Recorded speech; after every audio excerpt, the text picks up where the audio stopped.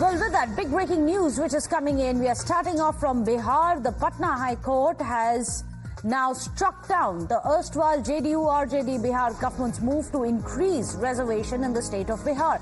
The High Court has set aside the amendments passed by the Bihar legislature in 2023 to increase the reservation for backward classes, extremely backward classes, the scheduled castes and the scheduled tribes, from 50% to 65%. A 15% hike is what was the legislative bill which was passed in the Bihar Assembly. This was in 2023, remember, when there was a JDU-RJD Congress government in place. In fact, let me go across to Abhishek Raj, who's joining us with all the details. Abhishek, ये बताइए कि high court ने किस grounds पे इसको scrap किया? Was it the precedents जो supreme court में पहले से ही ऑलरेडी रजिस्टर्ड है?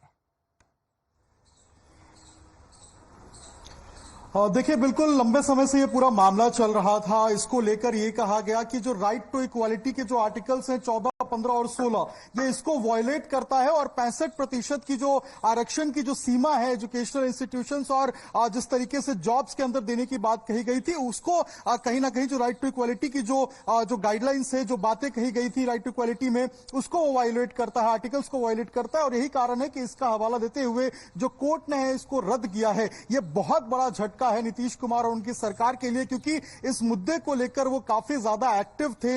इस बात को लेकर जो जब उनकी सरकार बनी थी आरजेडी के साथ भी, तब भी इस बात को लेकर वो काफी ज्यादा जो है वो जनता के बीच में जा रहे थे, बार बार कह रहे थे कि वो आरक्षण की जो सीमा है उसको बढ़ाएंगे और लगातार बिहार के अंदर जो है वो एक मिसाल पेश करेंगे। लेकिन अब जब ये कोर्ट से क्वैश हो चुका है, जब कोर्ट से ये हट चुका है, तो ऐसे में बहुत बड़ा झटका जो है वो इनको लगने वाला है। जो उनके वकील हैं, पक्ष है, उनके तरफ से ये कहा गया है कि जो राइट टू इक्वालिटी है उसको वायलेट करता था ये पूरा का पूरा मामला, और यही कारण है कि कोर्ट ने इसके ऊपर जो है अब इसको क्वैश करते हुए ये कहा है कि भाई इसको आप एक्सटेंड नहीं कर सकते हैं 65% तक। जी अभिषेक, ये भी समझाइए politically what does it mean? After all Bihar is going in for elections, तो इसका स्टेट इलेक्शंस पे किस तरफ का इन्फ्लुएंस रहेगा, प्रभाव रहेगा?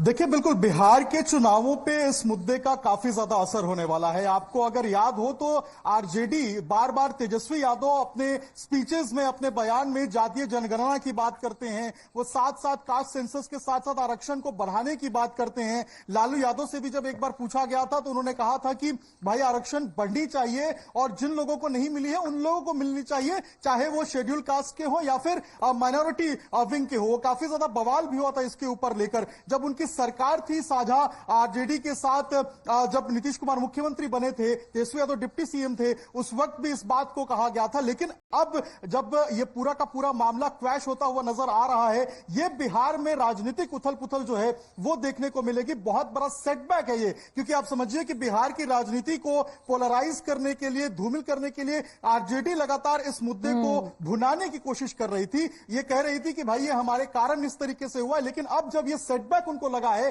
तो ये जनता में क्या मैसेज लेकर जाएंगे, आगे उनको क्या कहना होगा, ये देखने वाली बात होगी। जी We'll have to wait and see what happens from here onwards. As Abhishek is putting everything into perspective here, this has been one of the biggest, most raging issues during the Lok Sabha polls and in the run-up to the Assembly polls, something that Nitish Kumar himself had advocated fiercely for.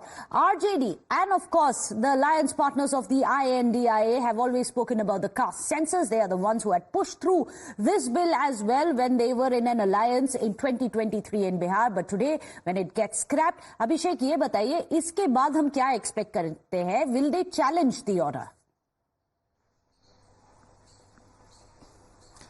देखिए, सबसे पहले तो challenge से पहले यहां पर राजनीतिक बयानबाजी शुरू हो जाएगी, क्योंकि आरजेडी का हमेशा से ये रुक रहा है, इंडिया अलायंस का ये रुक रहा है कि उन्होंने जब भी इस तरीके से मामले आए हैं, चाहे बिहार में जातीय जनगणना जब शुरू हुई थी उस वक्त भी आप याद कीजिए तो भरपूर जो लोग हैं उनको साझने की कोशिश जो है वो आरजेडी की तरफ से की गई थी, इंडिया अलायंस की तरफ से की गई थी। उस वक्त नीतीश कुमार गठबंधन के यानी कि इंडी गठबंधन की सहायता से यहां पर मुख्यमंत्री थे। लेकिन जब ये इंडी गठबंधन से उनका रिश्ता टूटा और वो फिर एनडीए के साथ सरकार सरकार में आए हैं तो वो थोड़े से सॉफ्ट नजर आए, लेकिन नीतीश कुमार बार बार जातीय जनगणना और इसके साथ साथ आरक्षण की पैरवी करते हुए नजर आए थे। ऐसे में ये बहुत मुमकिन है कि अपर लेवल के कोर्ट्स का वो दरवाजा खटखटा सकते हैं। इसके साथ साथ वो जनता में क्या मैसेज लेकर जाएंगे, ये भी देखने वाली बात होगी। बीजेपी का रुख इसके ऊपर क्या होता है, ये भी काफी ज्यादा अहम हो जाता है, क्योंकि बिहार में बीजेपी जो है वो कभी भी इस तरीके से सामने आकर खुलकर विरोध करती हुई नजर नहीं आई है। हालांकि सपोर्ट भी उस तरीके से उसने नहीं किया, लेकिन विरोध भी नहीं किया है। आरजेडी और इंडिया अलायंस के लोग काफी ज्यादा खुलकर इस पूरे मामले पर बोलते हुए नजर आए थे शुरू में भी, और अब भी किस तरीके से राजनीतिक टीका टिप्पणी होती है इस पूरे मामले में, ये भी देखने वाली बात होगी। Absolutely, something that we are going to be watching out very closely for. Thank you so much, Abhishek. आपके पास आते रहेंगे for the political face-off which is expected from here onwards.